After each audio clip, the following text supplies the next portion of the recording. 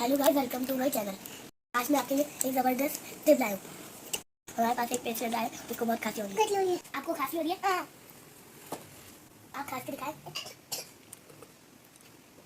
आपको एक टिप बताता हूँ। सरसों का तेल लेंगे और उसको थोड़ा सा गर्म कर लेंगे। छोटा हो या बड़ा हो, दोनों ही रेमेडी यूज कर सकते हैं। इंस्टेंट रिलीफ मिलेगा। ये ऑयल है सरसों का। आप इसके हल्के हल्के पर मसाज करें।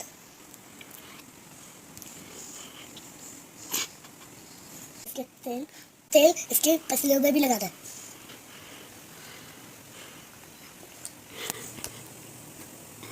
आप चाहें तो उसके बाद थोड़ी सी विक्स भी लगा सकते हैं।